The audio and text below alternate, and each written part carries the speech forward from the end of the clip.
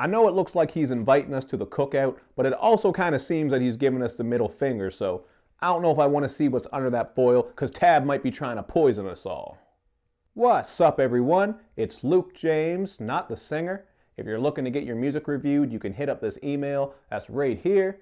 But right now, we are going to talk about this Tab mixtape called Put It on My Tab.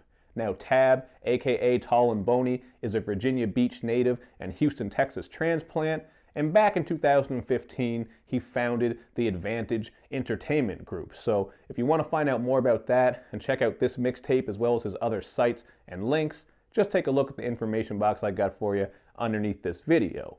But as for this mixtape right here, what you're going to get is some storytelling, because Tab is just looking back through what he's been through in recent times, from graduating, dealing with love and relationships, stress, depression, all these types of things that I think a lot of people will be able to relate to as they listen along. And the other thing about this one is that sonically, you are going to get a nice variety. He's got a trap banger called Insomnia featuring DareRell, where they're just trying to get their money up so they can pay the bills, the rent, student loans, all that bullshit. So it's called Insomnia because they can't sleep.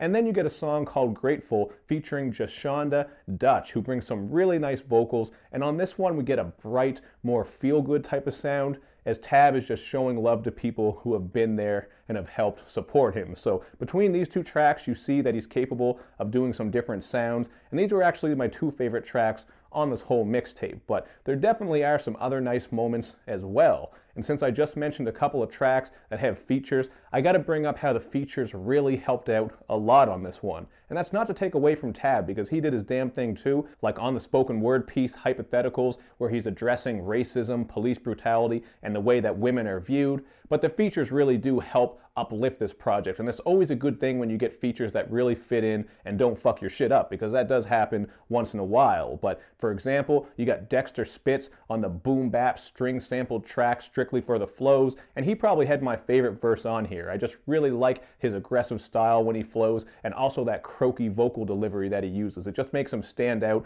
although he did remind me a little bit of Kevin Gates. It doesn't sound just like him, but you might pick up on that as you listen. And you're going to get another great feature from RoneMusik on the song Like You. Rone is bringing some great vocals, just like Jashonda Dutch did on that outro track. But this one was kind of a least favorite for me, because I didn't care much for the whimsical production. It's a little bit goofy. And Tab is on here with some cringy lines. Like, he says something to a girl about how if her smile is a canvas, he wants the gallery. If her body is like a star, he wants the galaxy. Something along those lines. It was just kind of cringeworthy and cheesy. But at the same time, some women like it when you talk that type of shit to them. So I see what Tab was doing, and it's not like he was speaking to me. So you know what? Play on, play it, do your thing. But that part just kind of took me back a little bit. Wasn't a big fan of that song. And one of the main knocks I would have on this mixtape is that there's just not too much to the rapping that really sticks out. I didn't pick up on a whole lot of clever wordplay, crazy delivery styles, or flows. It's all just very standard, and that's one thing I noticed with a lot of indie projects I review. You just have to have something that makes you stick out from the crowd, because